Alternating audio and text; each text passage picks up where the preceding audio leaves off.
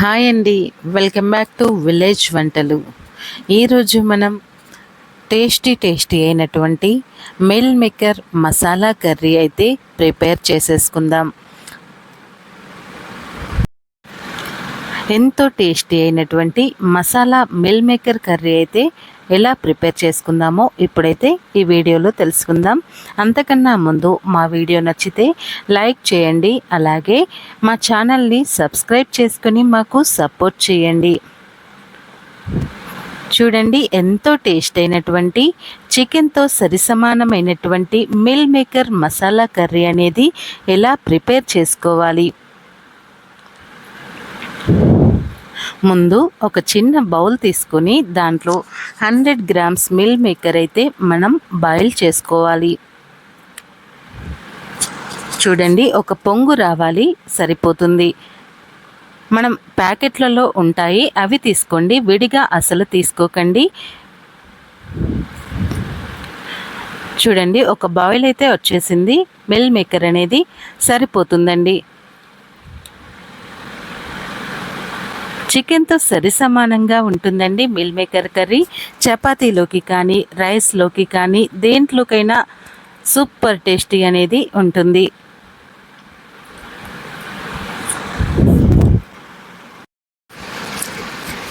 మనకు meal maker boil అయ్యే టైంలోనే ఇప్పుడు మనం దీన్ని పక్కన పెట్టేసుకోవాలి.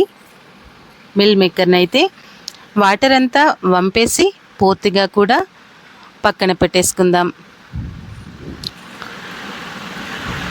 చూడండి, ఇప్పుడు దీంట్లోకి మసాలా ఇలా ప్రిపేర్ చేసుకోవాలో చూసేద్దాం. ఫస్ట్ మిక్సీ తీసుకొని దాంట్లోని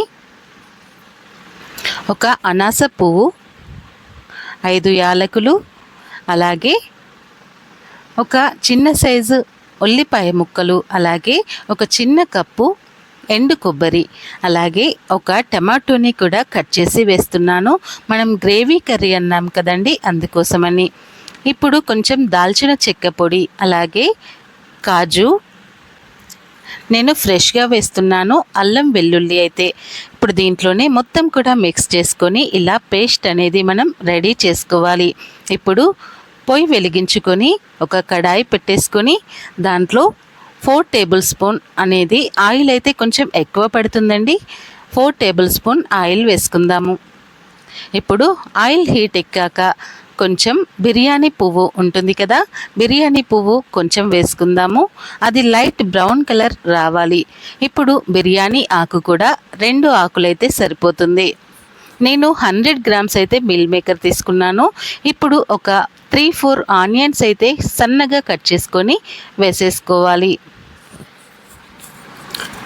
చూడండి, ఇవన్నీ కూడా పూర్తిగా లైట్ బ్రౌన్ కలర్ వచ్చేంత వరకు కూడా వేయించుకోవాలి. మనకు బ్రౌన్ కలర్ వస్తేనే కర్రీ అనేది ఎంతో టేస్టీగా ఉంటుంది. చూడండి, మధ్య మధ్యలో ఇలా కలిపేసుకోవాలి, లేదంటే ఆనియన్స్ అనేది కిందికి అడుగంటిపోతుంది.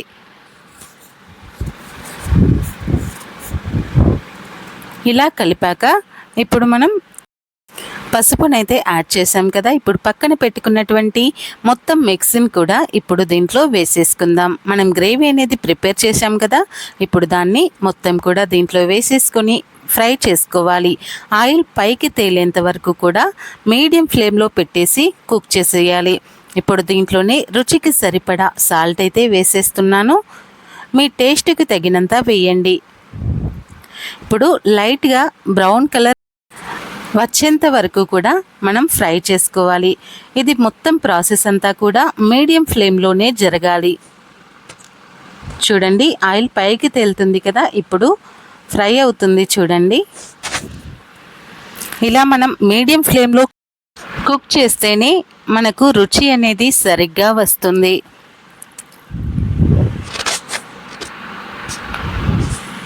చూడండి, ఇప్పుడు మనం రుచికి తగినంత కారం అయితే యాడ్ చేస్తున్నాను. ఆ క్లిప్ అనేది మిస్ అయింది. దాంట్లోనే మిల్ మేకర్ కూడా యాడ్ చేశాను. అది కొంచెం ఫ్రై అయ్యాక ఇప్పుడు మనం మిక్సీ పెట్టుకున్నటువంటి మిక్సింగ్ బౌల్ ఉంది కదండి, దాంట్లోనే వాటర్ వేసేసి మనకు ఎంత క్వాంటిటీ కావాలో అంత వాటర్ని అయితే యాడ్ చేస్తున్నాను. ఇప్పుడు మూత పెట్టేసి ఒక 5 మినిట్స్ అయితే లో ఫ్లేమ్లో కుక్ చేసుకోవాలి. చూడండి, ఇప్పుడు దీంట్లోనే హోల్ గరం మసాలా పౌడర్ అయితే ఉంటుంది కదా, అదైతే వేసేస్తున్నాను.